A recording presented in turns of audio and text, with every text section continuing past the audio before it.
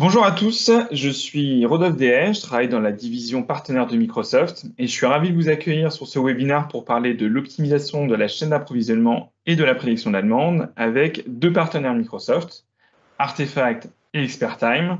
J'ai le plaisir de vous présenter Arvan Modaresi, partenaire chez Artefact. Bonjour Rodolphe. Et Kevin Vimard, manager de la BU Conseil chez Expertime. Bonjour Rodolphe, bonjour Arvan et bonjour à tous. Alors, actuellement, en tant qu'entreprise, savoir quels stocks vous avez et où il va, c'est essentiel pour vous assurer que vous avez les bons produits au bon endroit, au coût le plus bas pour maintenir le profit et la viabilité sur votre marché. Donc, la tendance actuelle, très clairement, c'est l'amélioration de la supply chain ou la chaîne d'approvisionnement. Mais, en fait, on a identifié pas mal de challenges. Un des principaux challenges, c'est d'avoir une visibilité de bout en bout des stocks et des processus tout au long de la chaîne d'approvisionnement. Alors, c'est la perturbation la plus courante. Être en mesure d'avoir une source de vérité avec des données en temps réel, c'est clé pour la prise de décision.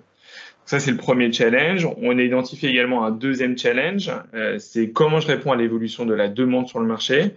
Les attentes des clients et des consommateurs augmentent, évoluent en permanence. Donc, on va voir en fait comment est-ce qu'on peut y répondre.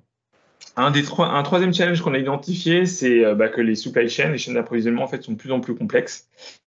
Par exemple, pour la finalisation d'un produit, ça peut tenir à plus de 40 sources d'approvisionnement. Même parfois, la chaîne d'approvisionnement, en fait, est perçue comme un coût dans l'entreprise, donc elle doit vraiment rester productif, le plus productif possible pour amener le plus de produits sur le marché et permettre des investissements dans l'innovation. Donc ça, c'est un troisième challenge. En quatrième, on voit qu'on a un besoin de moderniser des systèmes legacy vieillissants, des outils on-prem qui sont parfois coûteux à maintenir, silotés et qui ne permettent pas une bonne interaction avec d'autres systèmes. Et enfin, parfois, on a d'autres challenges en fait, qui sont plus d'ordre naturel. On a eu un bel exemple avec le Covid où du jour au lendemain, il a fallu changer la vente en magasin vers du full online. Donc très clairement, aujourd'hui, le mot d'ordre, c'est agilité. Donc en fait, dans cette session, ce que je vous propose, c'est de voir comment nos partenaires, via leur expertise sur la data et sur l'IA, ont répondu à ces enjeux avec les technologies Microsoft. Donc n'hésitez pas à poser les questions en live tout au long de cette session, on y répondra. Et donc voilà, vous pouvez le faire dès à présent.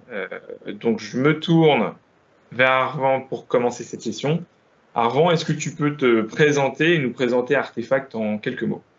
Oui, bien sûr, Rodolphe. Arvan Modaresi, je suis partenaire chez Artefact. Nous sommes une société internationale de services autour de la data, spécialisée dans le conseil en transformation data et en data marketing.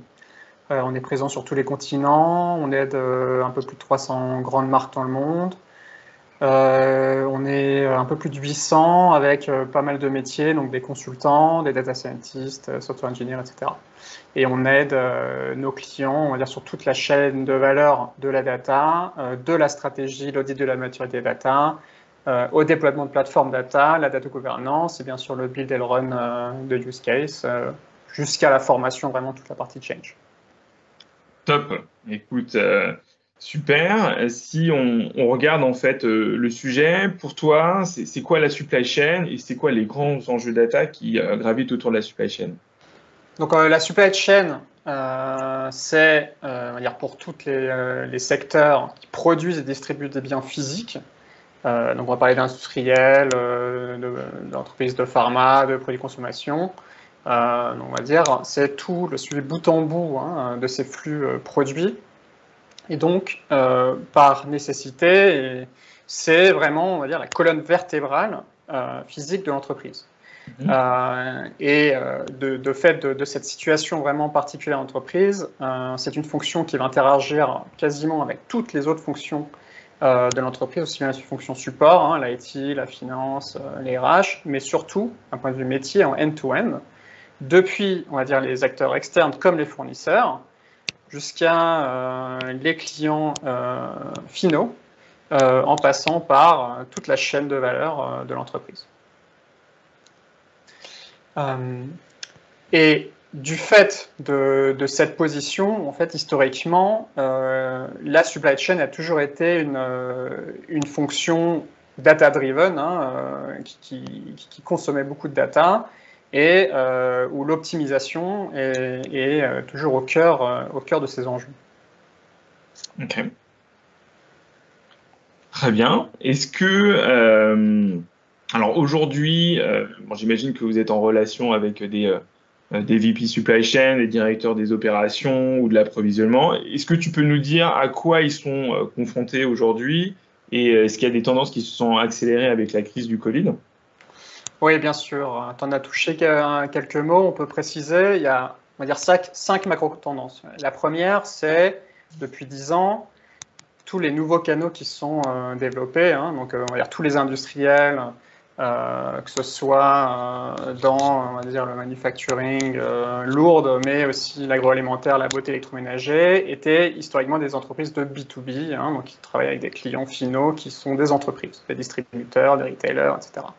Et aujourd'hui, avec les nouveaux canaux directs, que ce soit en direct to consumer via le e-commerce, via les marketplaces, via le B2B2C, il y a des nouveaux canaux qui se créent, une nouvelle manière de faire l'approvisionnement, et ça change énormément la manière de s'organiser pour ces équipes supply chain, et également ça crée, on va dire, une nouvelle complexité qui chaque jour grandit. La deuxième tendance, associée également avec cette digitalisation et ce rapprochement avec le consommateur final, c'est les cycles de vie en fait généralement plus courts, que ce soit des projets, des produits, des lancements. On était dans le passé on va dire, sur des fréquences, une habitude régulière de lancement qui aujourd'hui est beaucoup plus permanent. Donc en fait, on est sur des lancements permanents, de l'évolution permanente. Et ça fait que en fait, l'humain qui était habitué un peu tous les ans à faire les mêmes calendriers, les mêmes forecasts, est obligé de s'adapter et a besoin en fait, d'outils pour être capable d'être aussi agile. C'est notamment pour les retailers qui doivent faire des releases beaucoup plus souvent. Absolument, les retailers, mais même on va prendre tous les CPG dans la beauté, les produits agroalimentaires. On pouvait parler, je sais pas, peut-être de 5 à 10 lancements par an dans une catégorie, max. Maintenant, tous les mois, il y a des lancements. Donc on peut parler de 30, 40, 50 produits pour certaines catégories. La troisième macro-tendance, c'est la migration du système IT, comme tu as parlé. Donc, sortir des ERP historiques, des SAP ECC, vers des nouvelles plateformes qui sont dans le cloud et qui permettent l'interconnectivité. Et en fait, la contrepartie de cette interconnectivité, c'est une plus grande source de data. Et justement, cette plus grande source de data, ça, c'est vraiment la quatrième macro-tendance, qui est, si on regarde toute la chaîne de valeur, tout au long de la chaîne de valeur, il y a beaucoup plus d'informations disponibles aujourd'hui. Que ce soit côté fournisseur, avec des plateformes de data sharing qui permettent de partager soit les prévisions des fournisseurs auprès de leurs clients, soit des plateformes de partage de master data, avec l'IoT tout au long de la chaîne de valeur et la RFID, donc en fait des data points sur la chaîne de fabrication, sur l'état des produits, sur leur localisation. En bout de chaîne, auprès des distributeurs retailers qui eux aussi donc, ont leur propre data sharing qui vont partager en amont des données de vente, voire des données de consommateurs. Et finalement, tout au bout de la chaîne, la donnée consommateur. Donc en fait, beaucoup d'entreprises historiques, on peut penser à, dans la beauté des L'Oréal, penser dans l'agroalimentaire à des Nestlé, des Danone, on peut penser même dans l'industrie. Lourde, en fait, la donnée client finale qui est disponible via soit des programmes de CRM, soit via la navigation, soit les réseaux sociaux. Et en fait, toute cette donnée va aussi venir et enrichir ce travail de chaîne de valeur. Et enfin, le dernier point. De points. Si je comprends, c'est qu'il y a énormément de points effectivement pour aller chercher cette donnée. Et en fait, cette tendance, en fait, elle va continuer à monter parce que la data est de plus en plus accessible. Les data lakes vont être de plus en plus gros. Et donc, ça fait partie du coup des enjeux, comme tu soulignes. Exactement. C'est vraiment deux enjeux. C'est une plus grande richesse et du coup hétérogénéité et une quantité de données nettement supérieure qu'il faut être capable de gérer. Et la deuxième, c'est aussi un changement réellement, on va dire, de la philosophie de beaucoup de chaînes logistiques ou d'approvisionnement, qui est passé de flux poussés historiquement, où en fait c'était l'industriel qui décidait quand est-ce qu'il allait lancer des produits, quand est-ce qu'il allait distribuer, par quel canal, comment, vers des flux tirés, et tirés au bout de chaîne vraiment par le consommateur final, où en fait, du coup, les industriels ont besoin d'être en réaction et du coup être proactifs sur la capacité à identifier quelle est la demande de demain et comment optimiser en fait tous ces flux. Très bien. Je crois qu'il y avait un petit mot aussi que tu voulais rajouter sur la partie RSE. Oui, absolument. Ça, c'est un point effectivement que tu me rappelles, extrêmement fort aujourd'hui, surtout sur la notion environnementale, mais pas uniquement, également en termes de responsabilité sociale, avec un besoin de traçabilité extrêmement fort de la part des consommateurs, mais également d'un point de vue légal, qui fait que la supply chain, qui justement fait le bout en bout des flux de produits, est un acteur principal et a un besoin et une nécessité d'être capable de donner cette traçabilité et également d'optimiser ces flux pour réduire l'empreinte carbone. Donc, du coup, on vient de voir un peu là, les enjeux sur la data. Et bah, forcément, on voudrait avoir la réponse d'Artefact. Comment vous accompagnez votre méthodologie? Est-ce que tu as un petit mot à nous dire du coup là-dessus? Oui, bien sûr. Donc en fait, on travaille sur... En fait, dans ces enjeux-là, il y a vraiment deux grands enjeux quand on travaille avec nos clients. Le premier, ça va être tous les sujets de collecte et de gouvernance de la donnée. Donc, comment est-ce qu'on est capable de mettre à disposition ces données pour qu'elles soient ensuite utilisées. Du coup, ça, c'est le second enjeu qui est son exploitation pour améliorer la performance. Donc, en fait, les cas d'usage qui peuvent être de la prévision de vente, qui peuvent être de l'optimisation de routes logistiques, etc. Donc, en fait, ces deux enjeux sont dire complémentaires et peuvent faire l'objet de projets distincts ou communs. Ok.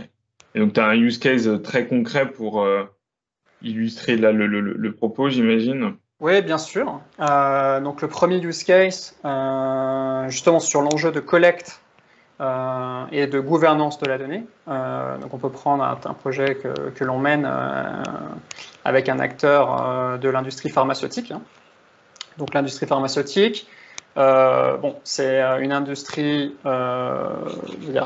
hyper intéressante parce que en lien avec le consommateur final et les distributeurs, des pharmacies ou des enseignes, avec un enjeu de visibilité et de suivi des produits extrêmement important pour des sujets et des raisons régulatoires, et également parce qu'on parle de produits qui ont des dates de péremption.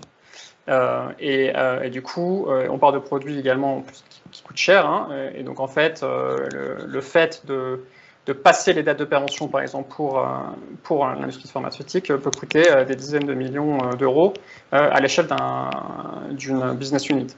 Tous les médicaments, effectivement, qui ont des dates de péremption et qu'il faut être très vigilant. Okay. Absolument.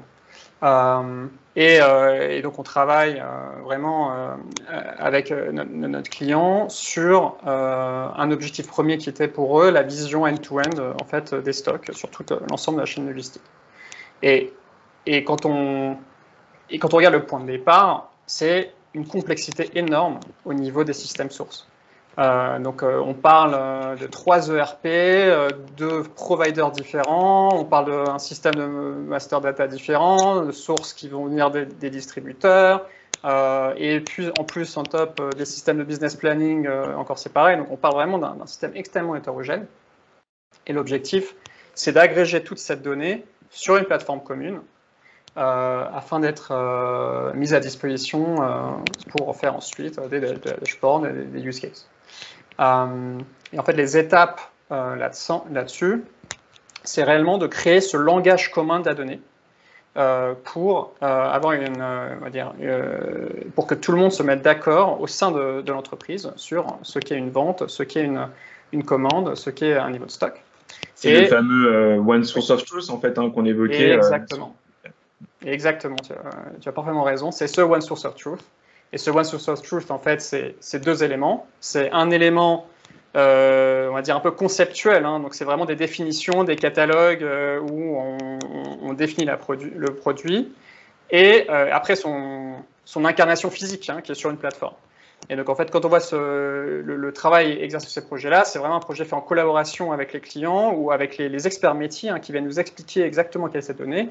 Et on voit sur le projet passé, 80% du temps que l'on a passé, c'est de nettoyer et de documenter la donnée.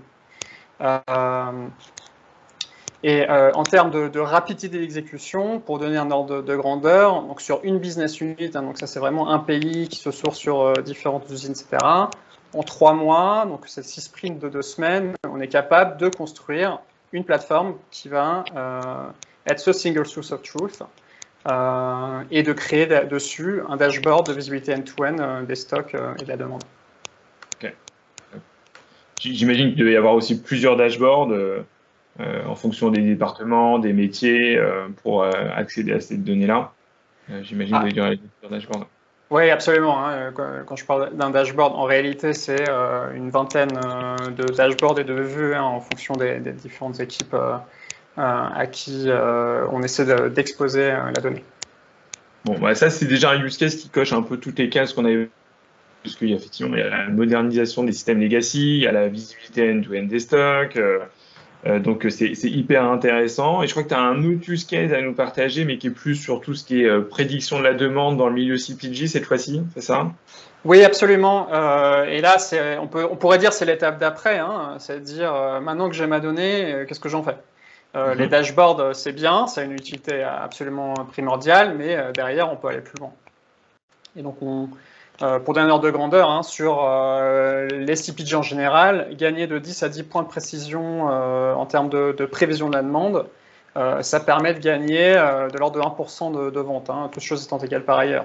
Donc, imaginez un business qui fait 500 millions, on parle de 50 millions d'uplift en vente. Donc, c'est le genre de projet qui, très vite, ont un ROI positif et permettent aussi d'engager un peu la machine de transformation data au sein de l'entreprise. Ok, écoute, super. Alors, quelle est la méthodologie Artefact pour aboutir à ce résultat?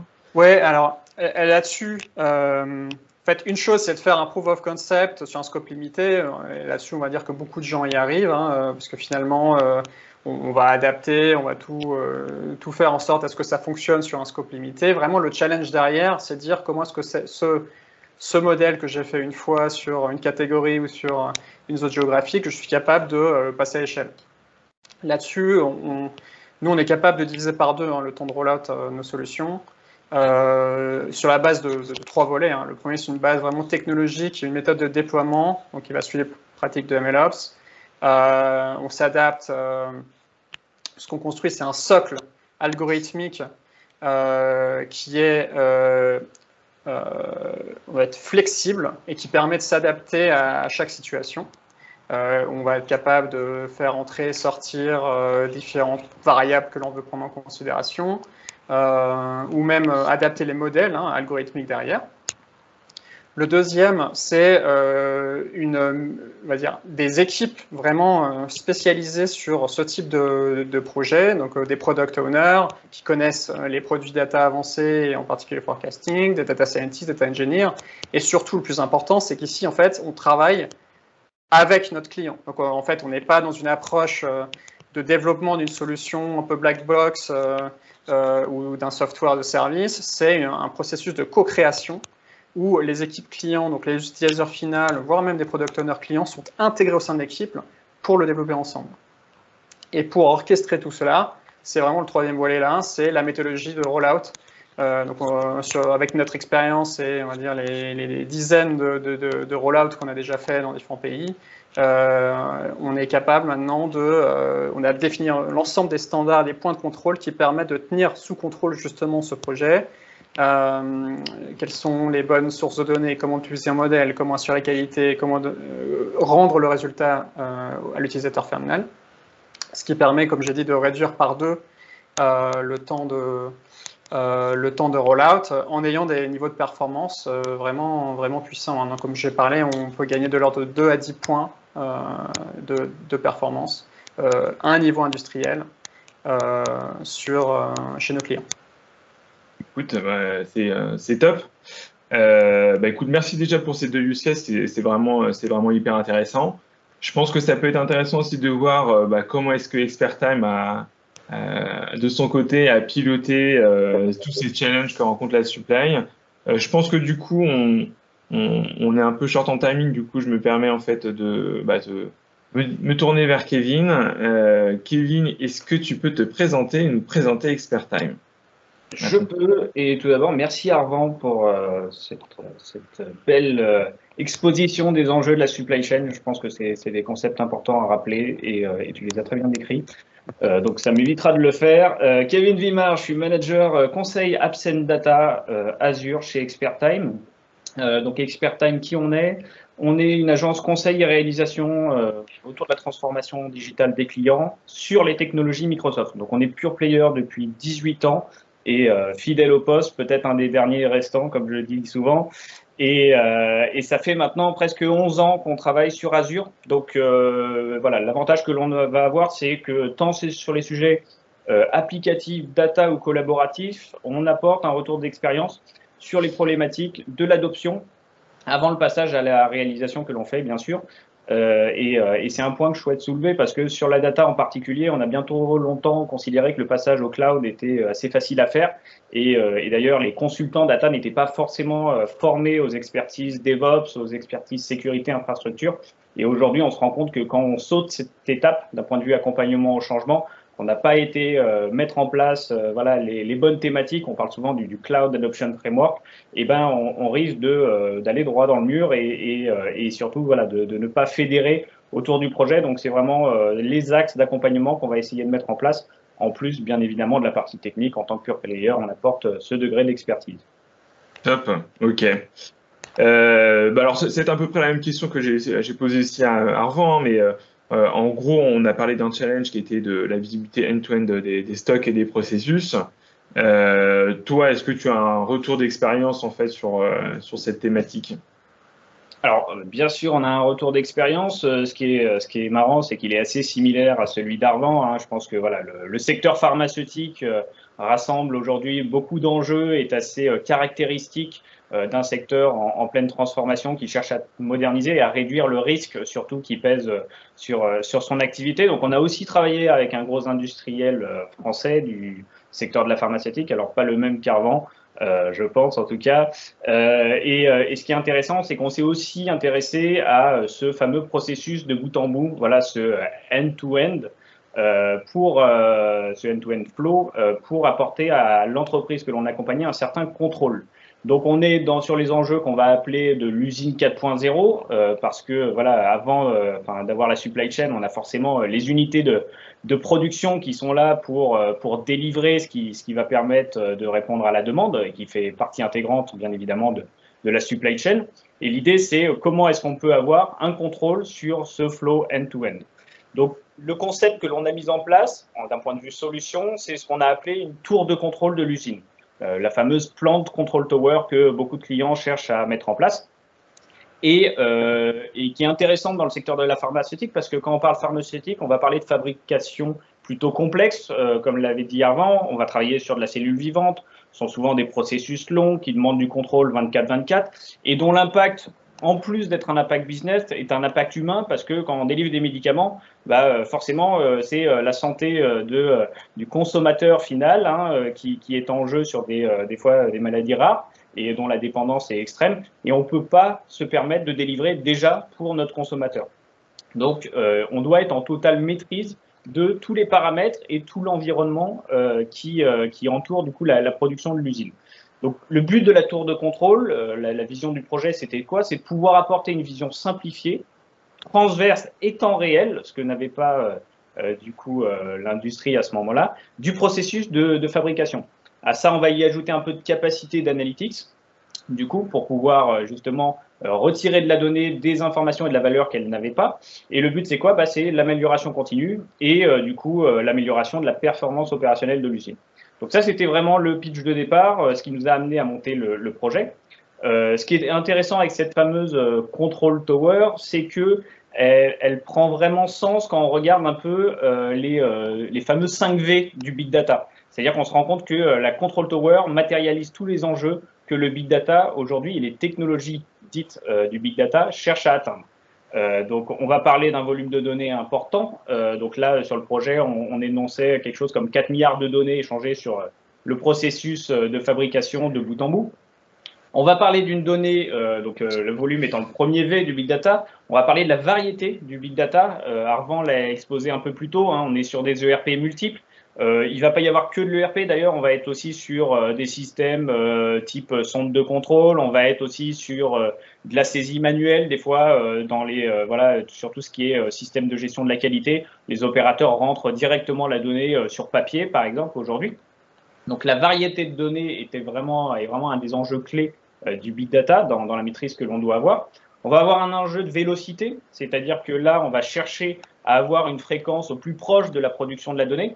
Alors, je décomplexe souvent nos clients sur la notion de temps réel. Hein. Le temps réel, c'est pas forcément de la milliseconde. Ça dépend du temps de disponibilité de la donnée et c'est ce qui permet de construire l'indicateur final. En tout cas, on cherchera toujours à se rapprocher au plus proche de cette fameuse disponibilité de la donnée. On va parler de sa véracité. Donc, Arvan l'a expliqué aussi, gros travail sur la préparation de données, sur le fait d'avoir une donnée clean, éviter les redondances. C'est un gros sujet qu'on retrouve sur les systèmes historiques. Hein. C'est comme ils étaient peu malléables et non unifiés. On a souvent de la réplication de données qui existe entre les systèmes, ce qui fait que l'indicateur final est faux parce qu'on a doublé la donnée entre les différents systèmes. Donc ça, c'est un gros enjeu qu'on va chercher à contrôler via cette plante control tower et donc la plateforme qui vient derrière. Et surtout, le dernier V, le fameux 5e V, c'est la valeur. C'est qu'on ne cherche pas à stocker de la donnée pour en stocker et pour se faire plaisir. On cherche à stocker une donnée qui va avoir une valeur pour l'entreprise et qui va avoir un impact positif sur son business. Donc, quand on parle de ces 5 V, on voit tout de suite l'aspect technique de la chose. Hein. Donc, c'est pouvoir unifier les sources et pouvoir travailler la donnée, la stocker, être capable de la restituer avec le bon niveau de performance d'un point de vue timing. Maintenant, il y a un enjeu très fort, c'est la partie visualisation. Et ça, on l'oublie bien trop souvent. Pourquoi faire du co-travail avec les personnes du terrain? C'est parce qu'on a beau avoir la meilleure donnée du monde ou information prédictive, si à la fin, elle n'est pas consommée par l'utilisateur final ou qu'elle est mal interprétée, bah ça perd finalement tout l'enjeu et tout le travail qu'on avait fait derrière. Et ça n'en a aucun intérêt. Donc, l'un des principaux enjeux qu'on a eu sur cette Control Tower, ça a été de mettre en place des rapports Power BI. Hein. Donc, chez nous, ça s'est matérialisé sur 2 rapports parce qu'on a plutôt travaillé sur un système de couches et de drill down. On a essayé d'unifier dans 2 interfaces seulement, une pour le top management qui visait du coup un management de la supply chain plutôt d'un point de vue stratégique. Hein. Je veux savoir la santé de mon usine à un instant T d'un point de vue direction et un rapport d'un point de vue plus management opérationnel de la supply chain, donc les opérateurs sur le terrain qui doivent avoir ce recul nécessaire quand ils le souhaitent, mais ne pas perdre la granularité de l'information qu'on avait sur le terrain. Donc d'un point de vue fichier, c'était quoi? C'était qu'avant, les opérateurs travaillaient sur des gros fichiers Excel, voire du papier. Ils avaient un niveau de détail très fin. On veut leur enlever et automatiser, bien évidemment, le côté Excel et papier. Par contre, on ne veut pas perdre d'informations. Donc, il faut que, finalement, l'interface que l'on va construire soit tout aussi agile et amène ce niveau de finesse. Donc, ça, c'est quelque chose d'important. L'idée, c'est quoi? Donc, pour résumer, donc c'est d'avoir une vue, on dit souvent une vue holistique, hein, vraiment, temps réel, c'est important. Et moi, j'aime bien cette notion de santé de l'usine. Voilà, est-ce que mon business va bien? Et surtout savoir jauger les impacts, parce qu'avant on travaillait pas mal en silo, chaque unité de l'usine savait très bien comment elle se portait, si elle avait du retard, par contre elle ne connaissait pas les impacts que son éventuel retard pouvait avoir sur les collègues d'après. Donc je suis en phase de qualité, j'ai 2 jours de retard, mais est-ce que derrière ça passe pas à 20 en pondération sur le stade suivant? Donc ça, c'est des choses importantes. Donc il y a une partie d'évangélisation et de pédagogie à travers ces rapports, c'est de pouvoir responsabiliser aussi chaque entité sur l'impact pour le bien commun globalement de l'entreprise. Top. J'aime bien cette dimension parce que effectivement, il y a des challenges en fait dans la supply chain, mais il y a aussi un challenge technologique hein, quand on aborde ces projets-là. Et comme tu le dis, en fait, l'accompagnement du end user est hyper important. pour qu'il adhère déjà au dashboard, qu'il puisse s'en servir et qu'il ait ce vrai ROI. Effectivement, c'est un challenge technologique du coup, mais qu'on va retrouver du coup sur tous les secteurs et c'est pas mal que tu le soulignes. Alors, c'est un challenge technologique, mais voilà, le but, c'est surtout de ne pas casser la culture d'entreprise. C'est-à-dire qu'on amène une nouvelle technologie, on amène des nouveaux rapports sur une technologie qui s'appelle Power BI. Maintenant, il faut vraiment que ça vienne s'inscrire dans la user journey. On est là dans un processus d'aide à la décision, donc on est là pour pas pour remplacer l'opérateur humain, mais pour vraiment venir l'aider dans ses décisions. Et du coup, notamment un gros sujet, hein, c'est venir identifier ces fameux goulots d'étranglement. Ça, c'est un gros sujet. C'est où est-ce que ça coince et quel est l'impact. Donc derrière, on va les aider à prendre des décisions dans la priorisation des impacts.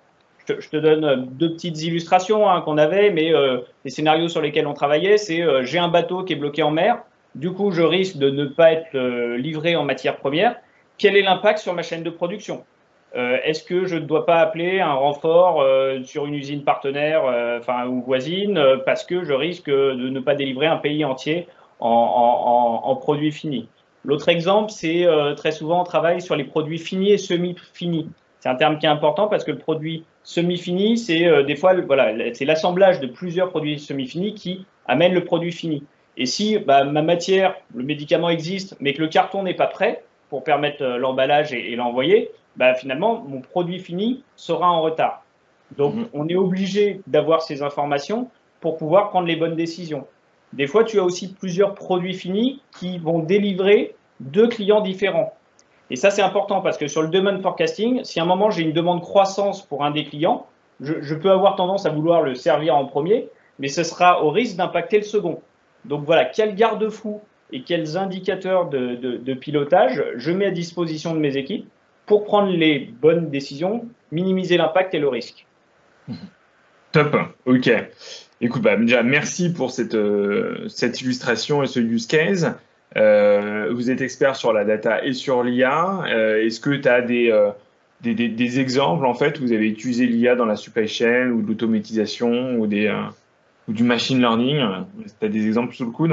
Exactement. Donc, quelques exemples. C'est important de les donner parce que voilà, il faut aussi dédiaboliser l'IA. On va parler de machine learning, on reste sur des choses à base de statistiques, de probabilités. Donc, ce sont des choses très concrètes qu'on peut mettre en place et qui existent, qui sont utilisées aujourd'hui par nos clients.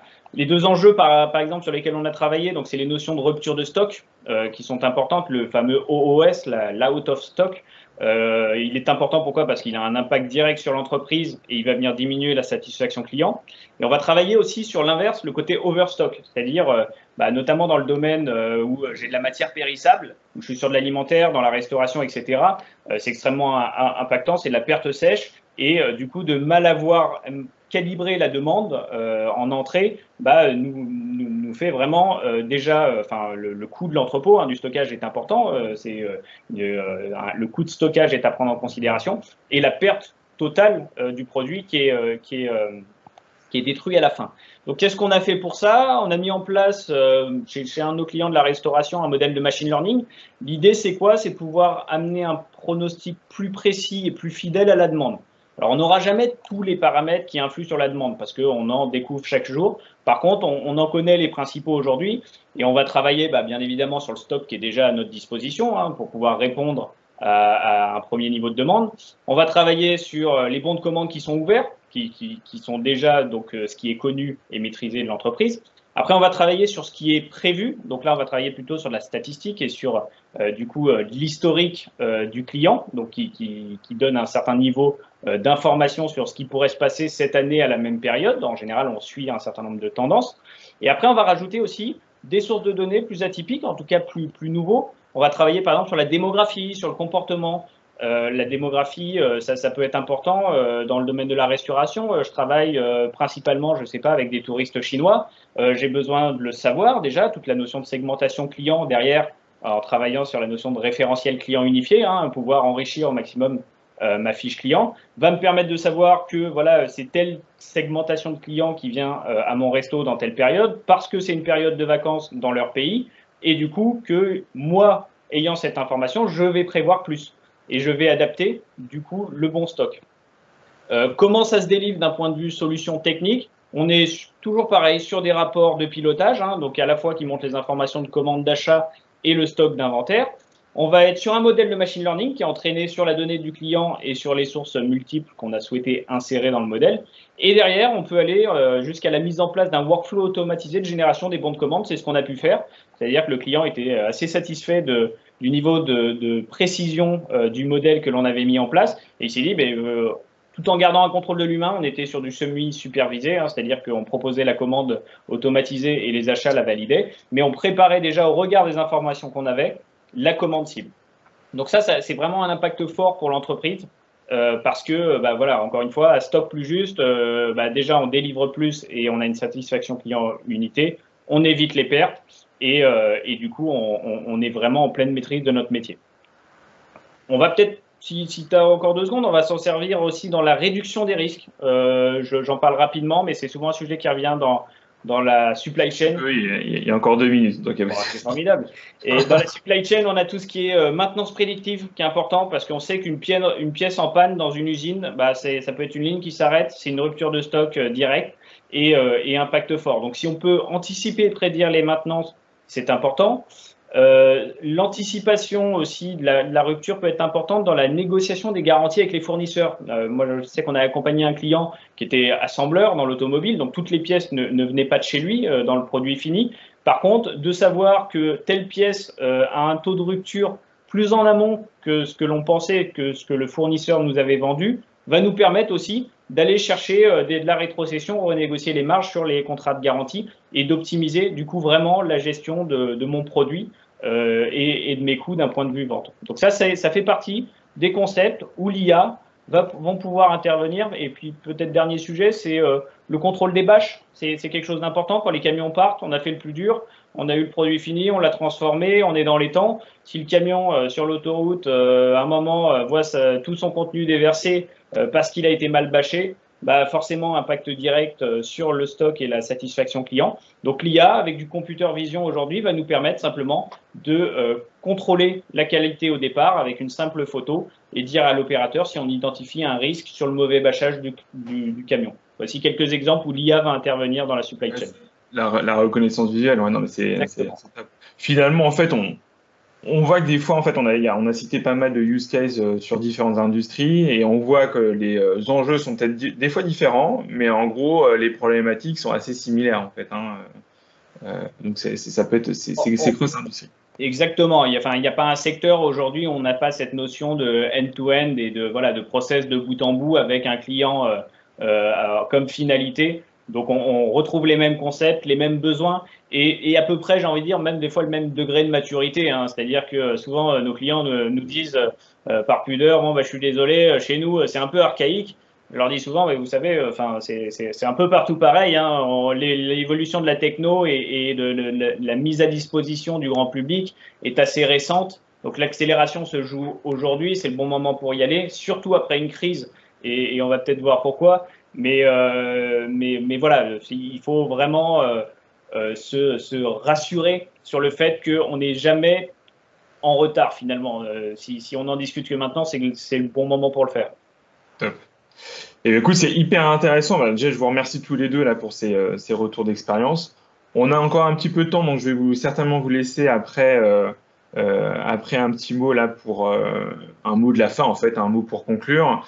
Je vais rappeler à tous ceux qui sont présents sur ce webinaire, posez vos questions parce qu'on peut y répondre en live dans le chat. Donc, n'hésitez pas si on a besoin de revenir sur cette fameuse control tower exposée par Kevin ou alors sur tout ce qui est prévision de la vente, de la prédiction de la demande exposée par Arvan.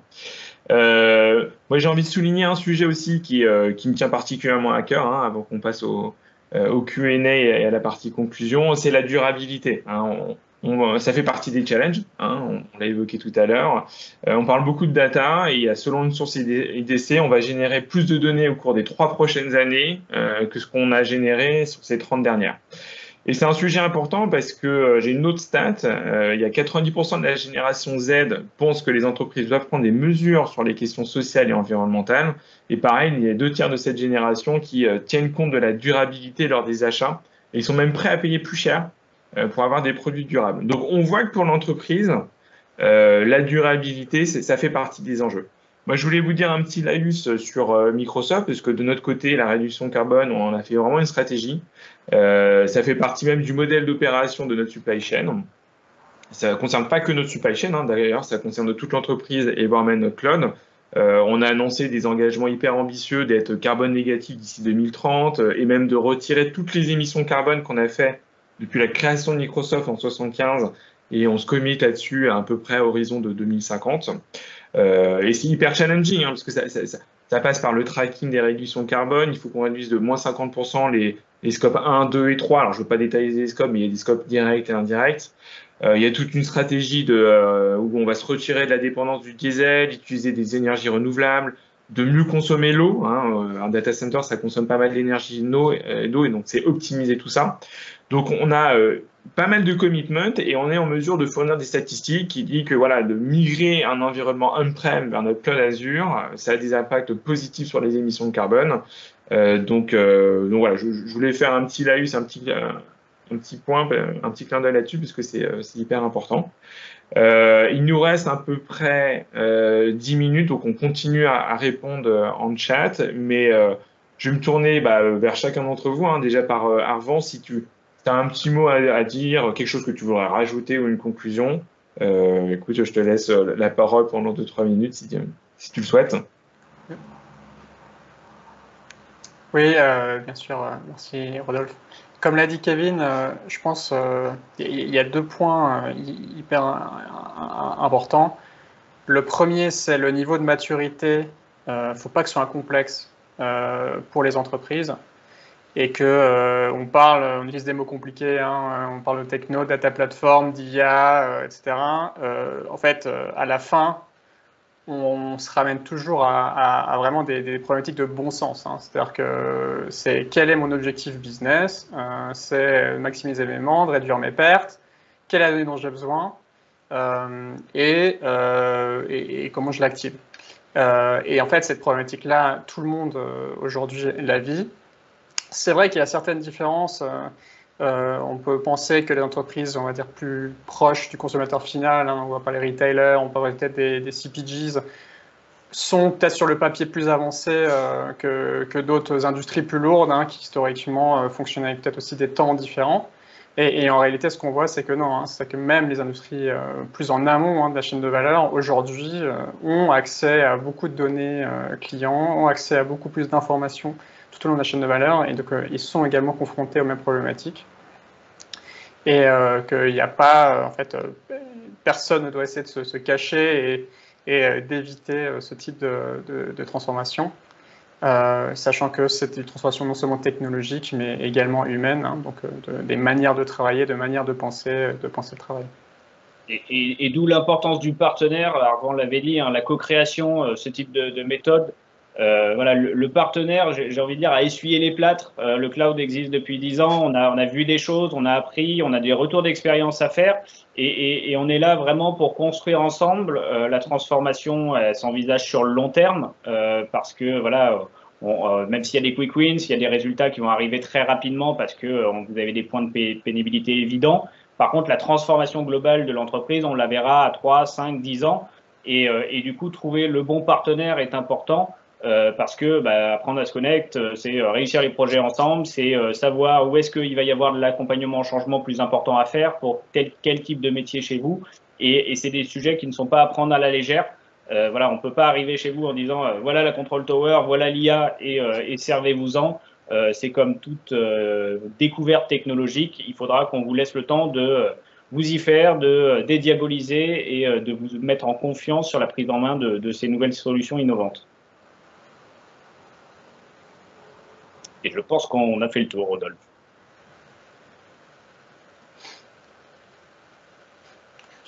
Et Rodolphe on a perdu Rodolphe. A choisi de se figer.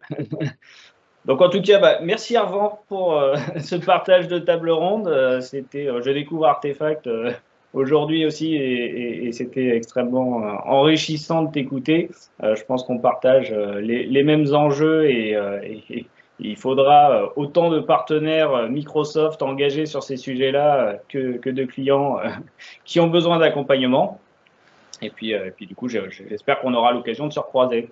Absolument, merci Kevin. C'est un Et plaisir. du coup, on remercie bien évidemment les équipes de Microsoft, Rodolphe Dehaye pour son animation et son accompagnement tous les jours en tant que partenaire Microsoft sur ces beaux sujets, et les équipes marketing avec Chloé qui est là et qui nous écoute certainement.